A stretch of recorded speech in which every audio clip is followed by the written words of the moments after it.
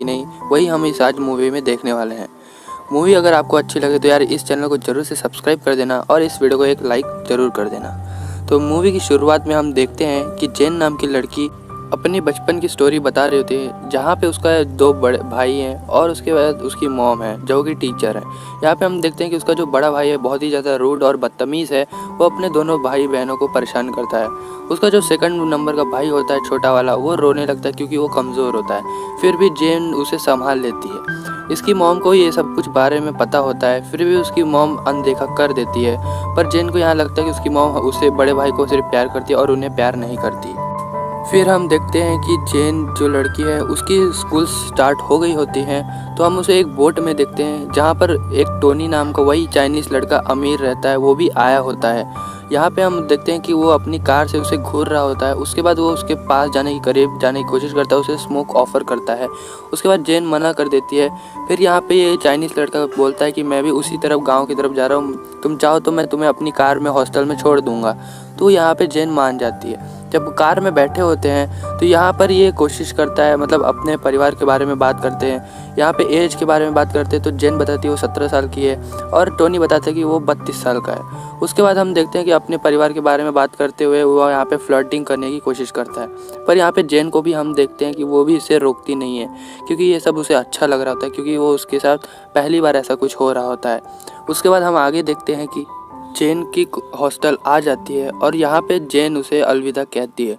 उसके बाद हम आगे देखते हैं कि जेन अपने फ्रेंड्स के बारे मतलब फ्रेंड्स के साथ बैठती है खाना खाने, तो उस टोनी के बारे में बताती है सब कुछ।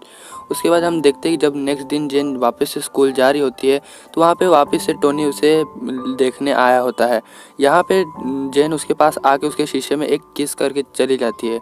दरअसल यहाँ पे दोनों एक दूसरे को बहुत ज़्यादा ही प्यार करने लगे थे, इसलिए यहाँ पे जेन उसे किस करके ये बता रही होती है कि वो भी उसे बहुत ज़्यादा प्यार करती है। उसके बाद हम देखते हैं जब जेन की स्कूल की छुट्टी हो जाती है तो यहाँ पे वो टोनी को ढूंढ रही होती है, पर वो वहाँ उस दिन नहीं आया होता है। उसके बाद हम जेन को रात को देखते हैं, वो उसे याद कर रही होती है। नेक्स्ट दिन हम देखते हैं कि जेन फिर से आया होता है। जब जेन अपने फ्रेंड के साथ डांस की प्रैक्टिस कर रही होती है तब टोनी फिर से वहाँ पे आया होता है और टोनी उसे अपने साथ लेकर कहीं तो भी चला जाता है। उसके बाद हम नेक्स्ट सीन में देखते हैं कि टोनी एक सिटी में आया होता है, वहाँ पे एक कमरे में लेकर उसे आया होता है। यहाँ पे जेन समझ जाती है कि ये कमरा वैसे ही चाइनीज़ लोगों के लिए होता है जब कोई यहाँ पे लड़की को लेके गपागप के लिए आया होता है। जेन को यहाँ थोड़ा सा अजीब लगता है कि वो एक छोटी सी बच्ची के साथ ऐसे आया हुआ है। फिर उसके बाद दोनों के बीच में अंडरस्टैंडिंग हो जाती है और रात भर वहाँ पे इंटीमेट करते हैं। उसके बाद यहाँ पे ये दोनों फिर से अपने परिवार के बारे में बात करते हैं कि उसके परिवार एक्सेप्ट करेंगे या नहीं करेंगे। यहाँ पे जेन पूछते हैं कि तुम्हारी शादी हो गई है या नहीं। उसके बाद यहाँ पे ये दोनों कईयों बार इंटीमेट होते हैं, रुकते ही नहीं। जेन जो असल में 15 साल की होती है, यहाँ पे 17 साल उसे जानबूझकर बताती है, वरना वो इंटीमेट नहीं हो पाती। यहाँ पे हम नेक्स्ट सीन में देखते हैं कि रेस्टोरेंट का सीन होता है। यहाँ पर रात के डिनर के लिए दोनों आए हुए थे, जहाँ पर टोनी बताता है कि वो चाइनीज़ है तो उसकी शादी एक चाइनीज़ लड़की से ही होगी। और यहाँ पे जेन भी बोलती है कि हाँ, मुझे तुमसे वैसे भी शादी नहीं करनी है, पर उससे शादी करनी होती है। उसे बहुत ज़्यादा दुख होता है, जब वो घर आती है तो थोड़ा सा रोने लगती है। उसके बाद हम नेक्स्ट सीन में फिर से देखते हैं कि यहाँ पे वो दोनों रोज़ उसी रूम में मिलते हैं और रोज़ ही इंटीमेट होते हैं। और एक दिन हम देखते हैं कि जेन की माँ के स्कूल में कार से आती है जेन। उसके बाद उसकी माँ पूछती है कि तुम ये सब क्या कर रही हो, तुम्हारे हॉस्टल से हमें ख़त आया है जिसमें तुम 1-2 दिन से वहाँ आए नहीं हो। तो वहाँ पे वो बताती है कि मेरा एक दोस्त है जो कि बहुत ही ज़्यादा अमीर है। फिर उसके बाद जेन अपने परिवार को टोनी से मिलाती है।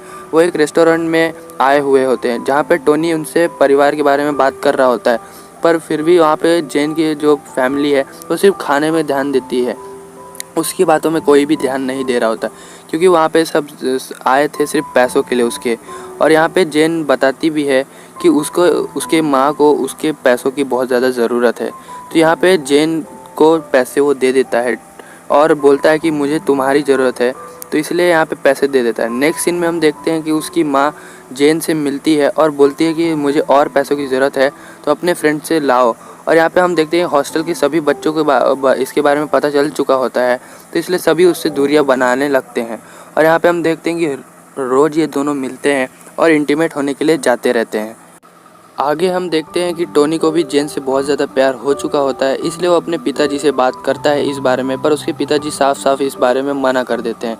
फिर ये दोनों मिलते हैं और बात करते हैं इसी बारे में। तो यहाँ पे टोनी बोलता है कि हम भाग के शादी कर लेते हैं, और यहाँ पे जेन उसे मना कर देती है, क्योंकि उसे लगता है कि अगर हम भाग के शादी करेंगे तो टोनी को उसके पिताजी उसको प्रॉपर्टी में नहीं देंगे कोई भी हिस्सा, इसलिए यहाँ पे वो मना कर देते हैं, बोलती है कि मुझे तुमसे शादी नहीं करनी। उसके बाद हम देखते हैं कि यहाँ पे उसकी माँ को भी रिंग के बारे में पता चल जाता है, तो वो उससे ले लेती है। यहाँ पे हम दूसरी तरफ देखते हैं कि उसका बड़ा भाई दूसरे सिटी में जॉब करने के लिए जा रहा होता है, इसलिए उसके भाई और बहन बहुत ज़्यादा खुश हो जाते हैं।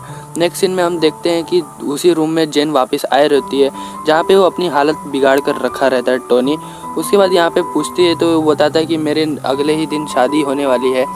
तो जेन यहाँ पे बोलती है कि वो उसे आखिरी मोमेंट में भी मिलने ज़रूर आएगी, इसलिए वो नेक्स्ट दिन जब वो फ्रांस जाने वाले होते हैं उसके अगले ही दिन वो पहले उससे मिलने के लिए आती है उसी रूम में, पर वहाँ पे टोनी नहीं होता है।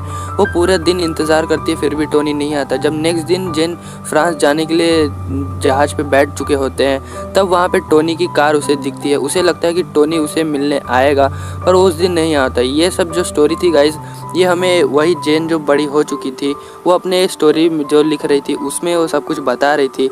वहाँ पे हमें ये भी पता चलता है कि टोनी ने उसे एक मैसेज भी भेजा था जिसमें उसने बोला था कि मेरी अंत तक तुम ही